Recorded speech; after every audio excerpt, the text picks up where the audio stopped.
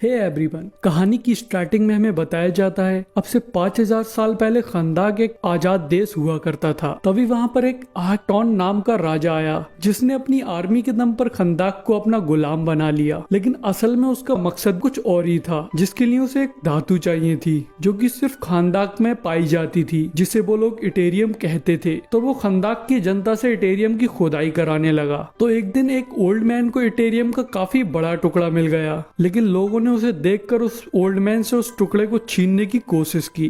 तो एक रूथ नाम के छोटे से बच्चे ने उन लोगों को रोका और वो उस ओल्ड मैन को राजा के सिपाही के पास ले गया, जहां वो उस ओल्ड मैन को इटेरियम के बदले में कुछ इनाम दिलाना चाहता था। लेकिन उस सिपाही ने इनाम के बदले उस ओल्ड मैन को ही मार दिया। तो इसलिए उस छोटे से लड़के ने आजादी के लिए आवाज उठाई। तो राजा ने उस आवाज को वहीं दबाने की कोशिश की और उस बच्चे को मौत की सजा दे दी। लेकिन उसके मरने से पहले अर्थ के जादूगरों ने उसे अपने पास बुला लिया और अर्थ का संतुलन बनाने के लिए उन्होंने उसे देवताओं की शक्ति दी। लेकिन इधर एक्टॉन का मकसद भी पूरा हो गया था। उसने इटेरियम से एक ऐसा ताज बनाया जिससे वो बुरे जादूगरों से जाके उनकी पावर्स ले सके, और उस ताज को सबाक का ताज बुलाया गया क्योंकि उससे उसे सबाक की शक्तियां मिलती। जैसे ही राजा को सबाक की शक्तियां मिली तो वहां पर वो शूरमा आ गया और उन दोनों की लड़ाई में खंदाक में काफी तबाही मच गई। लेकिन एडम ने राजा एक्टॉन को हरा दिया, जिसके बाद जादूगरों ने उस ताज को छिपा दिया और उसके बाद से एडम को कभी भी नहीं देखा गया। तभी हमें प्रेजेंट टाइम दिखाया जाता है जहां खंदाक अभी भी गुलामी कर रहा था। अब वो इंटर गैंग के कब्जे में था और यहाँ के लोगों को अब भी लग रहा था कि शूरमा एक दिन आएगा और उन लोगों को आजाद करवा देगा।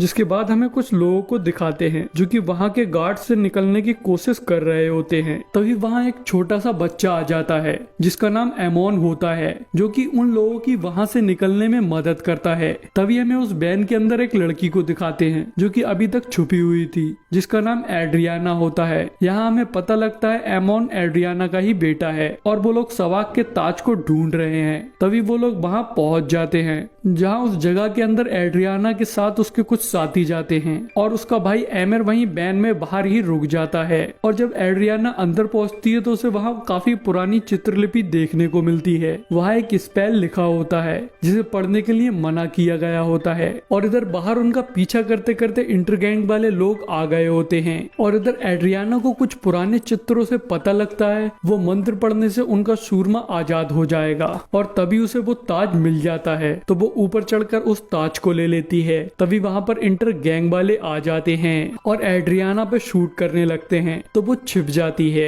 लेकिन वो उसके भाई को मारने की धमकी देते हैं तो उसको बाहर आना पड़ता है और वो उन लोगों को ताज दे देती है। लेकिन वो वहां उस मंत्र को भी पढ़ देती है जिससे वहां पर एक बिजली कड़कती है और तभी वहां पर ब्लैक एडम खड़ा होता है। तो एक सिपाही उसके करीब जाकर देखता है जिसे ब्लैक एडम पकड़कर अपनी बिजली से जला देता है। तो गैंग के सिपाही उस पर शूट करने लगते हैं, हालांकि उनकी गोलियों का उस पर कुछ भी असर नहीं होता है। और इधर एड्रियाना का एक साथी इस्माइल ताज के बैग को देखता है तो वो उसे उठाने के लिए जाता है, लेकिन उसके ऊपर एक चट्टान गिर जाती है और तभी एड्रियाना बाहर भाग जाती है। और इधर एडम भी बाहर आ गया होता है और बाहर बहुत सारे इंटरगैंग के सिपाही होते हैं जिन्हें एडम बहुत आसानी से मार रहा होता है। वो उसके लिए चिटी के बराबर होते हैं। वो उनकी बहुत बुरी तरह से धुलाई करता है। वो उन लोगों की मिसाइल्स को हाथ में पकड़कर फोड़ देता है और तभी एक सिपाही उस पर एक मिसाइल शूट करता है जिसे वो पकड़ लेता है। तो वो मिसाइल जब फूटती है तो उससे ब्लैक एडम घायल हो जाता है क्योंकि वो मिसाइल इटेरियम से बनी हुई थी और इटेरियम ब्लैक एडम के लिए ऐसा है जैसे सुपरमैन के लिए क्रिप्टोनाइट। तो एड्रियाना ब्लैक एडम को अपने साथ ले जाती है। तभी हमें जस्टिस सोसाइटी को दिखाते हैं जहां हॉकमैन ब्लैक एडम के कारनामों को स्क्रीन पर देख रहा होता है और उसे वॉलर से ऑर्डर मिलता है कि वो ब्लैक एडम को पकड़ ले। तो वो अपनी टीम को लेकर जाता है जिसमें एक साइक्लोन होती है जो कि हवा को कंट्रोल कर सकती है, एटम स्मैशर होता है जो कि अपने साइज को बदल सकता है, और लास्ट डॉक्टर फेट होते हैं जो कि एक जादूगर होते हैं और वो फ्यूचर को भी देख सकते हैं। तभी हमें एडम को दिखाते हैं जो कि एड्रियाना के बेटे के साथ में होता है। तो एमोन उसे बताता है कि वो 5000 साल से सो रहा था और वो उसे ये भी बताता है यहाँ के लोग उसे हीरो मानते हैं। वो उसका बहुत सदियों से इंतजार कर रहे थे कि वो आकर खंदाक को गुलामी से बचाएगा।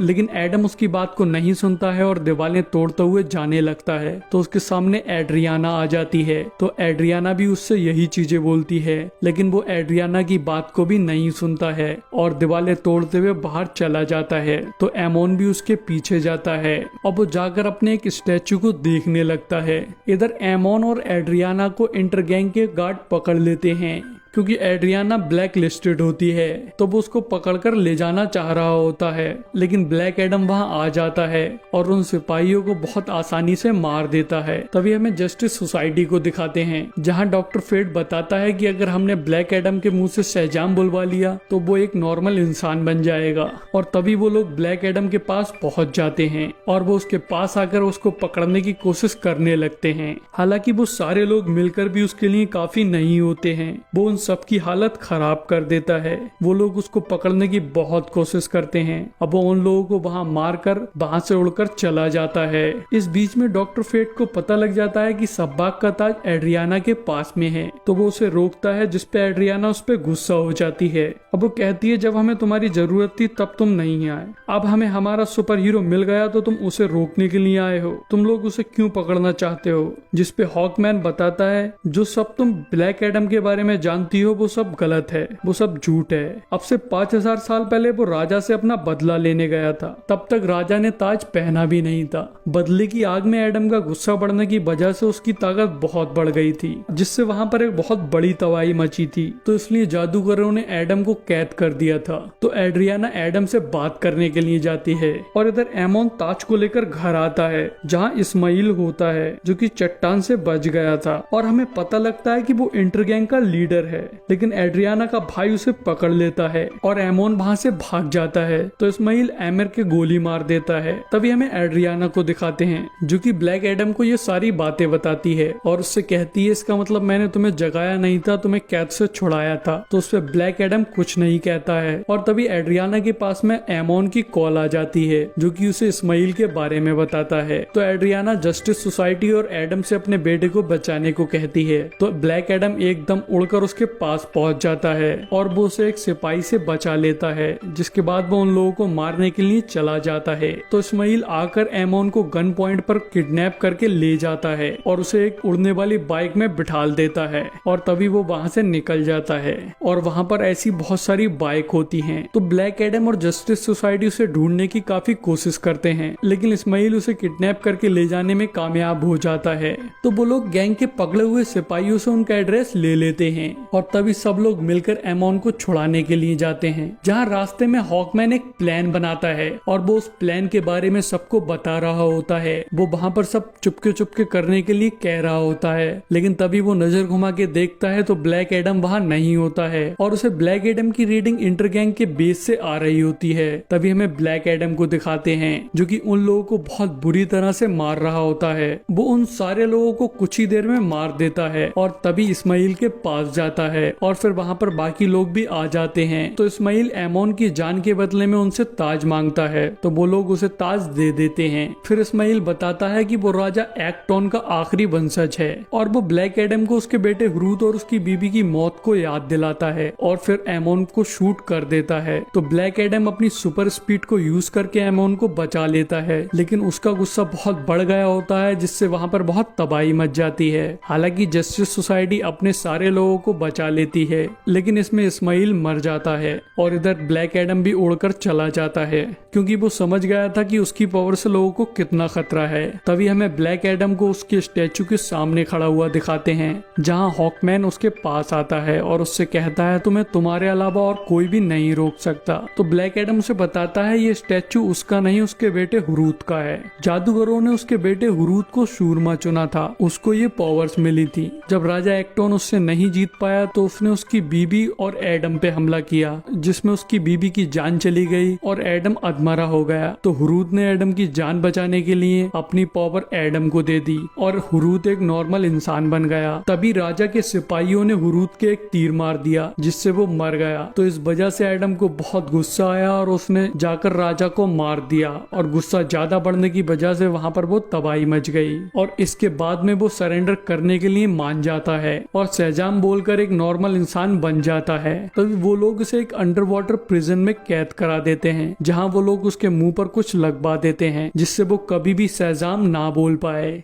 तभी हमें इस्माइल को दिखाते हैं जो कि मरने के बाद में काली दुनिया में काले जादूगरों के पास में पहुंच गया था। तो जादूगर उसे सब्बाक की पावर दे देते हैं और इधर साइक्लोन और एड्रियाना मिलकर पता लगा लेती हैं कि इस्माइल मरा नहीं है, वो बुराई की दुनिया में चला गया है सब्बाक की पावर लेने के लिए। तभी डॉक्टर फेट फ्यूचर को देखते हैं तो उन्हें फ्यूचर में कुछ भी चेंजिंग नहीं नजर आती है और उन्हें सब्बाक का सिग्नल आने लगता है। तो वो लोग सब्बाक के पास में जाते हैं जहां वो उनके शिप को तबाह कर देता है और तभी वो लोग शिप से बाहर आकर उससे लड़ने लगते हैं, जहां वो उससे अपनी पूरी ताकत से लड़ते हैं और कुछ हद तक वो उसे हरा रहे होते हैं और हॉकमैन उसे घायल भी कर देता है। लेकिन तभी अचानक से उसकी पावर बढ़ जाती है। वो उन सबको अलग अलग फेंक कर महल के अंदर चला जाता है। तभी डॉक्टर फेट महल के चारों तरफ एक शील्ड बना देते हैं, पर उन्होंने हॉकमैन, साइक्लोन और एटम स्मैशर को शील्ड के बाहर ही रखा होता है। वो उन लोगों को बताते हैं उन्होंने फ्यूचर में देखा था कि आज हॉकमैन की मौत होने वाली थी, लेकिन वो फ्यूचर को बदलने जा रहे हैं और तभी वो सब्बाक से लड़ने के लिए चले जाते हैं। हालांकि हॉकमैन उस शील्ड को तोड़ने की काफी कोशिश करता है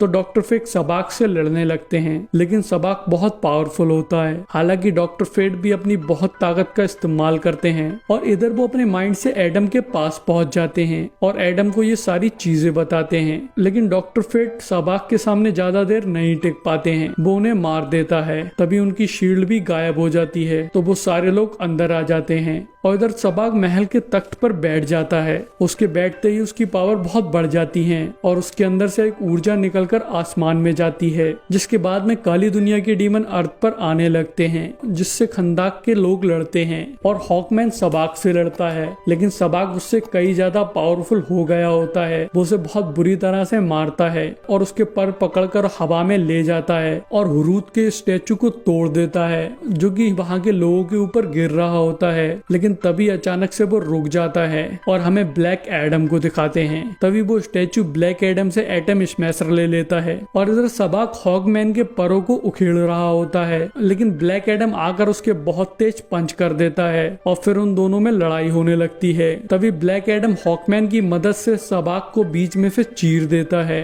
तभी एंड में एड्रियाना ब्लैक एडम से कहती है तुम यहाँ के राजा बन जाओ, लेकिन वो उस तख्त को तबाह कर देता है और उससे कहता है कि मैं यहाँ का राजा नहीं, यहाँ का रखवाला बनूंगा। जिसके बाद रात में वॉलर एक ड्रोन के थ्रू ब्लैक एडम से बात करती है और कहती है तुम मेरी प्रिजन में नहीं रहना चाहते हो, कोई बात नहीं, तो अब से तुम्हारी प्रिजन खंदाक है, लेकिन अगर तुमने इससे बाहर एक भी कदम रखा तो तुम्हारे लिए अच्छा नहीं होगा। तो उस पे ब्लैक एडम कहता है इस दुनिया में कोई भी नहीं है जो मुझे रोक सके। तो उस पे वॉलर कहती है वेल मैं ऐसे लोगों को भेज सकती हूँ जो इस दुनिया से नहीं है। तभी हमें सुपरमैन को दिखाते हैं जो कि ब्लैक एडम से कहता है तुमने इस दुनिया में बहुत तबाही मचाई है, हमें इसके बारे में बात करनी पड़ेगी। और यही हमारी मूवी का एंड हो जाता है।